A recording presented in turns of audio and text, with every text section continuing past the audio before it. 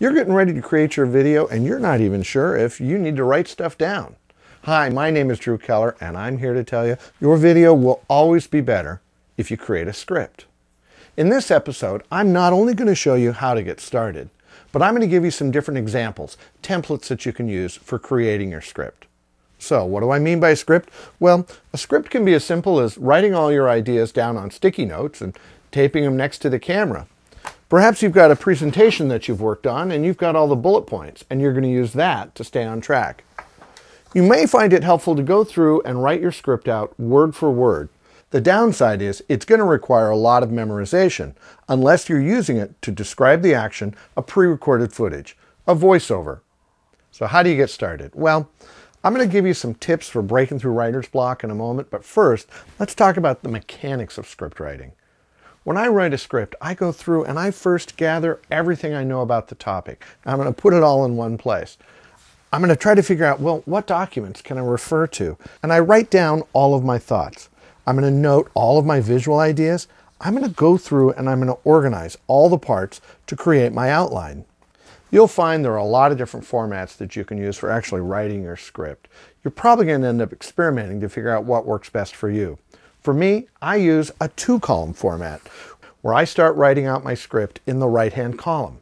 Eventually, I'm going to use the left column for notes about the visuals, but for now, I usually keep it blank. I put each paragraph into a separate row, and I try to keep each paragraph a separate and discrete idea. Having each idea in a separate module, well, that allows me to modify and cut down my content. That way, I can easily move the parts around once I get further along in the process. Once I have the dialogue cut down to its essence, I'm going to begin to fill in the visual descriptions in the left-hand side with things like building exteriors and graphics. For many of my videos, I script out every word. Here's an example from a video I made about shooting with small cameras. When shooting with the flip, it's best to remember this mantra: embrace the limitations. You want to zoom? Forget about it. Walk closer to your subject. Zoom with your feet. But don't get too close. The camera's macro function is non-existent. If you're just getting started and you're having a hard time trying to figure out how all these shots fit together, well, this script might just be the ticket, because it not only has columns for visual information and dialogue, it also has simple illustrations to help you pre-visualize your story. It's nothing more than simple clip art used to help you think about how you want to frame your shots. Here, I've created a document that I can use as a template, with the table for the script already laid out and a gallery of shots that I can use at the bottom of the page. So no matter which format you choose, bullet list, post-it note, illustrated, not illustrated, the process of scripting is going to help you go through and define the point of your story. Heck, it might even help you to figure out that you need a different point of the story. The problem can be getting started, writer's block. So here are a couple of tips to maybe help you get over that hurdle. Number one, give yourself permission to fail. I know that sounds a little harsh, but it has to say that your rough draft isn't going to be perfect.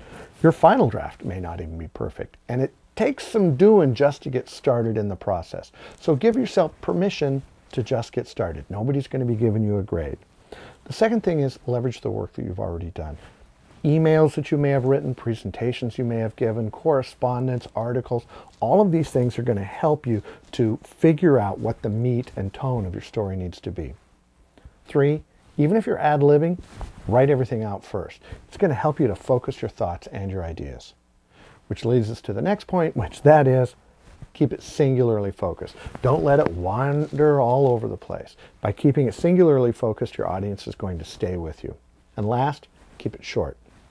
What's short? Well, that's going to be determined by the work you did before you even started this in figuring out the need for the video and who the audience is. If you know those two things, you're going to have a really clear idea of whether it should be 30 seconds long, 5 minutes, or 20 minutes. You see, there really are no rules to this process, and only you can figure out what's going to work best for you.